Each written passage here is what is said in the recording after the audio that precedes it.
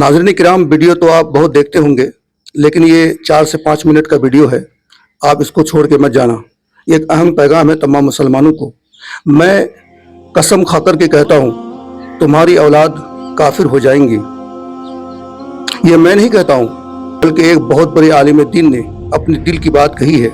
उनकी तहरीर मेरे पास मौजूद है। पहले मैं उनकी तहरीर को पढ़ के सुना देता हूँ, फिर मैं आगे इंशाल्लाह बात करूँगा। वो क्या लिखते हैं आप भी ज़रा देखिए और सुनिए।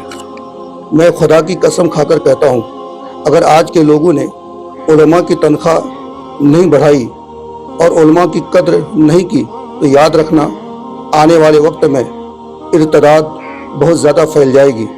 यानी लोग अपना मज़हब छोड़कर दूसरा मज़हब अपना लेंगे, इसलिए कि उलमा को अगर अच्छी तनख्वाह नहीं दोगे तो वो कारोबार में लग जाएंगे और अपना वक्त अपने कारोबार में लगाएंगे, ना कि तुम्हारी गुलामी करेंगे। और जब तुम्हारी औलाद बगैर तालीम और बगैर दीनदारी के रह जाएगी और जब इसको कोई पढ़ाने वाला नहीं मिलेगा, इसको दीन की समझ नहीं होगी, तो साफ जाहिर है आने वाले नए फितने इसको अपनी चपेट में ले लेंगी।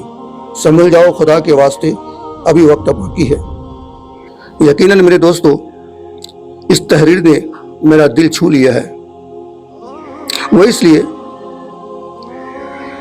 कि फैमिली आपकी भी है, बीवी बच्चे आपके भी हैं, और मैं ये मानता हूँ कि इमाम की फैमिली से आपकी फैमिली छोटी है, इसलिए कि अक्सर लोगों के घर में जब 2 बच्चे हो जाते हैं तो वो खुद खस्सी हो जाता है या बीवी का बच्चा हमेशा के लिए बंद कर देता है। लेकिन ये काम इमाम नहीं कर सकता। अगर इमाम खस्सी हो जाए या बीवी का बच्चा बंद करा दे तो लोग कहेंगे ये नसबंदी करवाया है, इसके पीछे नमाज नहीं हो सकती। तो बेचारा इमाम तो डर से खुद खस्सी भी नहीं होता और बीवी की नसबंदी भी नहीं करवाता। तो इनकी फैमिली तो बढ़ते रहती है, इनके बच्चे ज़्यादा होते रहते हैं। बच्चे ज़्यादा, तनख्वाह कम। ईमानदारी से मुझे बताओ कि महीने में आपके घर में कितना खर्चा होता है? कसम खा कर के बताओ ना मुझे, क्या 25 से 30 हज़ार से कम खर्चा होता है? नहीं होता ना। आप मस्जिद के सदर हो, सेक्रेटरी हो, क्योंकि जो लोग सदर सेक्रेटरी मस्जिद के बनते हैं या मेंबर बनते हैं, वो बड़े घर से ताल्लुक़ रखते हैं। बड़े घर से मुराद वो पैसे वाले होते हैं, चाहे वो शराबी क्यों ना हो, जुआरी क्यों ना हो, चाहे वो बद्दीन क्यों ना हो, चाहे वो रिश्वत क्यों ना लेता हो, चाहे वो सूद क्यों ना खाता हो। अगर वो पैसे वाला है तो मस्जिद का मेंबर है, मस्जिद का सेक्रेटरी है, मस्जिद का सदर है। आपके घर में कितना खर्चा होता है महीने का? आपकी बीवी के शौक है, बच्चे के शौक है, आपका शौक है। क्या इमाम की बीवी बच्चे का शौक नहीं अच्छा खाना खाने का? क्या उनका हक नहीं अच्छा खाने का, अच्छा पहनने का? आप उन्हें 8 से 10 हज़ार रुपये देते हो। ईमानदारी से बताना, एक मजदूर 6 घंटा काम करता है, 500 से 1000 रुपये तक कमा लेता है वो, सिर्फ 6 घंटा या 8 घंटा काम करके। वही इमाम 24 घंटा ड्यूटी करता है आपकी मस्जिद में, आप 300 रुपये नहीं देते हो उनको दिन में। बताओ मुसलमानों, क्या होगा?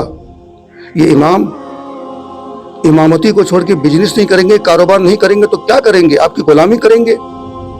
हद तो यह है कि वो इमाम अगर 8,000 10,000 में आपके यहाँ इमामती करता भी है तो सारे मुक्तदी तो नहीं, कम से कम 95% मुक्तदी उसको अपना गुलाम समझते हैं। सब इमाम पे नजर रखते हैं, कौन सी दुकान में बैठता है, किसके यहाँ जाता है, किससे बातें करता है, किससे इसकी दोस्ती है, क्या खाता है, क्या पहनता है, कौन कौन इसके हुजरे में आता है। कड़ी निगाह रखते हैं लोग उसके ऊपर। मेरे भाई, इमाम के पीछे इस तरह से लगे रहोगे, उनकी आमदनी चारों तरफ से रोक दोगे, तनख्वाह ऊपर से कम दोगे, तो क्या ये तुम्हारे गुलाम हैं? तुमने लिख लिया है उनको? वो इमामती भी छोड़ेंगे। अपनी औलाद को, अपने बच्चों को वो कभी हाफिज आलिम नहीं बनाएंगे। जब मौलाना ही खुद अपने बच्चों को हाफिज या आलिम नहीं बनाएंगे तो बताओ तुम्हारी आने वाली नस्ल का क्या हाल होगा? कौन कुरान पढ़ के सुनाएगा? कौन हदीस समझाएगा? कौन मसलो मसाइल बताएंगे? कोई कुरान पढ़ाने वाला नहीं होगा, हदीस समझाने वाला नहीं होगा, मसला बताने वाला नहीं होगा।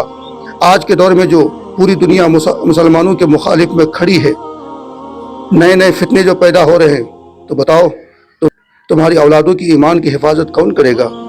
मेरे भाइयों, याद रखना, अब भी वक्त है, संभल जाओ, सुधर जाओ। कम से कम एक इमाम को इतनी तनख्वाह दो اتنی تنخواہ دو کہ اس کی نیت کسی اور حرام کمائی کی طرف نہ جائے۔ آج کوئی امام اگر تعویذ بناتا ہے تو مجبوری میں بناتا ہے، آج کوئی آپ کا امام اگر کسی کے گھر میں جا کے ٹیوشن پڑھاتا ہے تو مجبوری میں پڑھاتا ہے، آج کا امام اگر حرام کمائی کی طرف جاتا ہے تو مجبوری میں جاتا ہے۔ کیا کرے گا؟ بیوی کو کیا کہہ کے سمجھائے گا؟ بچوں کو کیا کہہ کے سمجھائے گا؟ پیٹ تو کسی کا مانتا نہیں ہے نا۔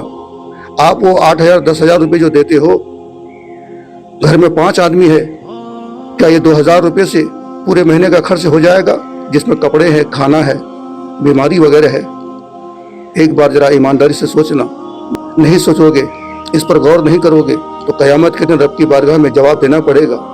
تمہارے پاس موبائل ریچارج کرنے کے لیے مہینے کے 400 سے 500 روپے ہو جاتے ہیں، گاڑی کا پیٹرول بھرنے کے لیے پیسہ وقت پہ آ جاتا ہے، لیکن وہی مسجد میں اگر مہینے کے آپ کو 200 روپے دینا ہو تو پسینہ نکل جاتا ہے۔